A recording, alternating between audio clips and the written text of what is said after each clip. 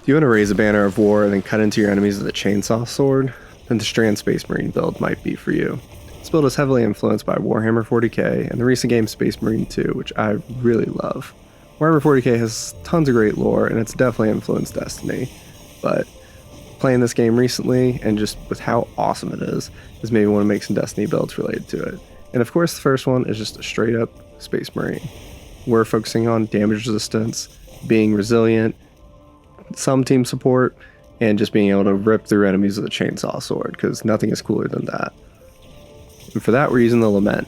Now to make this sword stronger, we're using the exotic armor Stronghold, which will give you better blocking and give you healing when you deal damage after blocking for a while.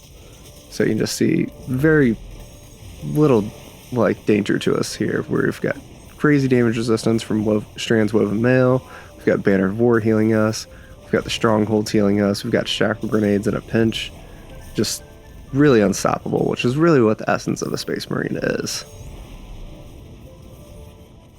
Those Tangles give us Woven Mail thanks to our aspects, and we just cut through these crowds. Charge up, block some damage, get some healing. And we also have a great super in Blade Fury.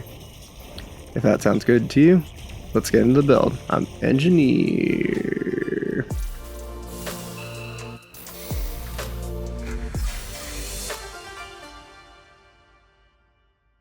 So, we of course have to talk about the exotic first.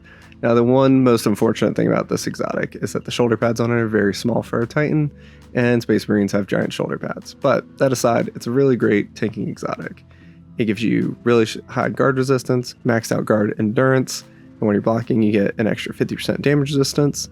And as you block, you build up stacks of what's called perfect guard. And based on how high you get those, when you deal damage afterwards, you get restoration ×2, which is a very strong heal over time for 4 to 16 seconds, which is crazy. Now, another thing that's nice too is your sword energy doesn't decay at all from blocking, so you can hold block forever. So as long as the enemies are in front of you, you're going to be extremely hard to kill. And if you deal a little bit of damage, then you get healing on top of that. And that's just great.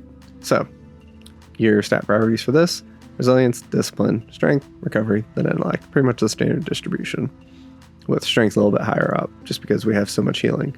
Now, this exotic is from the Year of Forsaken, so you need that expansion content, and then you can get it from any exotic source because it predates the Lost Sector setup. Now, for our aspects and abilities, we want to take Banner of War. This is such a great aspect.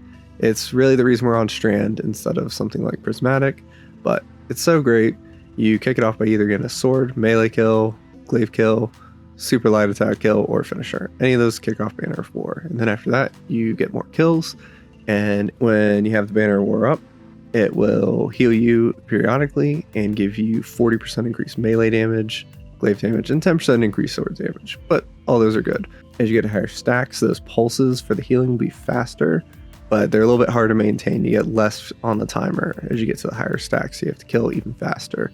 But it's really fun. Now, for other aspects, we want to take Into the Fray. And the main reason for this is that when you destroy a Tangle in any way, you get Woven Mail, and so do your allies nearby you, and you get it for 10 seconds, which is really solid. Now, another benefit of this too is you get some extra base melee regen rate, which we don't necessarily need. We're not focused on that too much in the build, but it never hurts. Now, for the grenade, we want to take Shackle Grenade because that will give us a easy way to put a debuff on enemies, some crowd control because we're using a sword, but this does have a 50% flat gain factor, which is unfortunate, but it's such a good grenade, and we have the really awesome Fragment, Threat of Generation to cover for that. Class ability, anything's fine, but I kind of like Towering because it kind of fits with it. You're like a space soldier. No, I don't mention it here, but your super melee, you only have one option because you're on Strand, and we only have one option for those. You get Blade Fury, which is a great rimming super, and you get Frenzied Blade, which gives you 3 charges and is a really solid melee ability. Moving over to Fragments, I've recently updated my Fragment guide to include Strand, and the 2 best Fragments on the entire subclass are Threat of Generation, which just gives you grenade ability energy anytime you deal damage, and Threat of Warding, which gives Woven Mail for 5 seconds on Orbit Power pickup, and this will extend the Woven Mail that you get from detonating Tangles. So really strong. Usually it's only 5 seconds, which is not a lot, but with our aspect, it becomes pretty solid. We're also going to take Threat of Wisdom, which will give us an Orb Power when we kill suspended enemies. Nice way to get a little extra orbs to keep up armor charges and stuff. On top of that, we're going to use Transmutation, which whenever we have Woven Mail, weapon kills, any element weapon kills specifically, will spawn a tangle. So we can keep getting those tangles, and we can keep getting the Woven Mail and just have a good loop going. Some other honorable mentions are Thread of Propagation, which will give you Unraveling rounds if you want to mix that in after you get a powered melee kill. And then lastly, Thread of Continuity makes strand debuffs like Unravel or Suspend last 50% longer, which is just pretty solid. Moving over to mods and armor stats, we are generally going to build for solar damage because I'm focused on using the Lament, but if you do something different, you can change all these to whatever element you need. But we're going to have weapon surges, we're going to have a matching siphon mod, we are going to have a dexterity mod so that we can switch weapons more quickly if we need to. And then because of those surges, we're going to use time dilation. Beyond that, I do generally recommend some strand weapon in there, so something that's harmonic to go with that works. Another thing I recommend, because we have a roaming super, is power preservation, so you can make extra orb on every roaming kill for your allies. Really great. You probably don't need it, but recuperation is nice just in a pinch to get a spot of healing if your banner of war isn't fully up or if you're fighting like a boss. On stats, we want to have resilience for damage resistance. We want to have discipline for grenade. Strength is pretty good for the melee because we already have a lot of healing. And then you just want to get recovery down to like the 30 so you don't take any penalties. Briefly talking about artifact perks, there's not a lot here that works. One I recommend is the Thick of It, which will give you armor charges when you score 3 kills within 15 meters of 3 enemies. So close to enemies, which you will be with a sword quite a bit. Easy armor charges, makes a lot of sense here. Concussive reloads, just good all around. Equip a grenade launcher, get some free weakening on stronger enemies. Curative Orbs is another good one. It gives you extra orbs when you break shields. And then if you boost it, you can get healing on those orbs or any other element pickup, or including tangles. So a little bit extra healing doesn't hurt, but we don't really need it here, so you probably don't need to boost it, but more orbs never hurts. There's honestly nothing in column 5 that makes sense this episode, so nothing really to worry about there. Moving over to weapons. Generally, I think a strand primary weapon makes sense, especially if you're using Thread of Propagation, but it's always good to have a weapon that synergizes with your subclass a bit. Beyond that, Demolitionist is really nice to help out with those shackle grenades a bit, and Demolitionist on a shotgun, glaive, or fusion rifle will give you double the energy, 20% before a flat gain factor, which with the shackle grenade comes back down to 10%. You're still getting twice what you would with the primary or other weapon type. If you want a glaive, particularly because that works with Banner of War and can help trigger it, Judgment of Kel'Garath from Season of the Seraph, and currently available on the exotic mission Operation Seraph Shield, can roll Demolitionist, and it is craftable, so that's great. On top of that too, it's also a solar glaive, so that works pretty well with the exotic we're mostly focused on. Now, because we're using Stronghold, swords are a big focus, and probably your best option is going to be Falling Guillotine from Into the Light Onslaught. It is attunable, it's fairly easy to farm compared to some things, but has great perk combinations. Generally, you want Relentless Strikes or Tireless Blade for your ammo, and then I think the best damage perk is probably Surrounded, because it's one of the highest and it's pretty easy activation as long as there's lots of enemies around.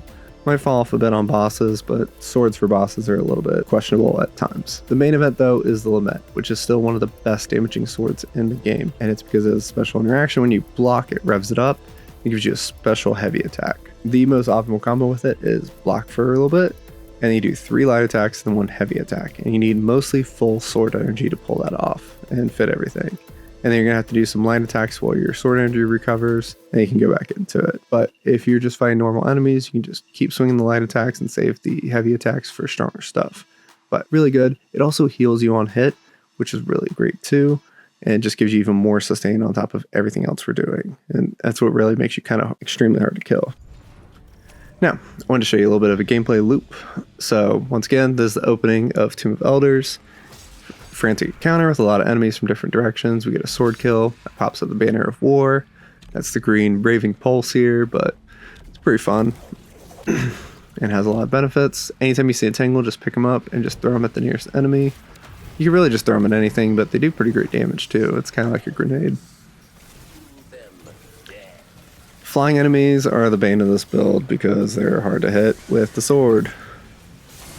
And you will see me miss them a lot, but you can see we land 1 hit and just these like mini boss level enemies are at like half health.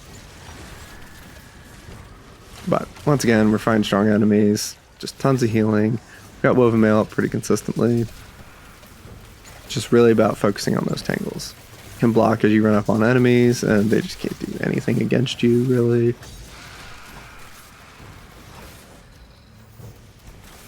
We're also surprisingly, again, getting our super back pretty quickly too, which I wouldn't have expected with a heavy weapon, but just really solid.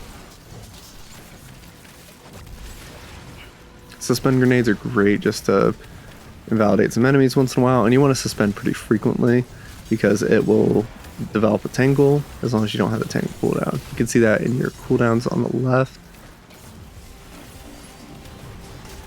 And pinch, glaives work fine too. They have really great blocking and they do pretty solid damage.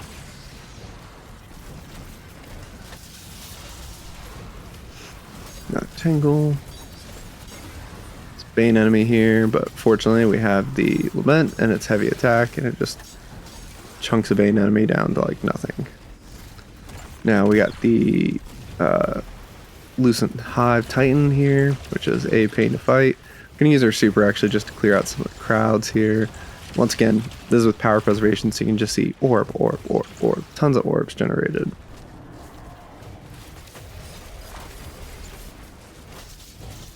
And you can see, once again, this is a really great exotic for doing damage to bosses and mutant content. Most big bosses, there's a lot of bosses you can't hit with swords, so it won't work for everything, but it's still really fun for just general content, or seasonal things, or strikes.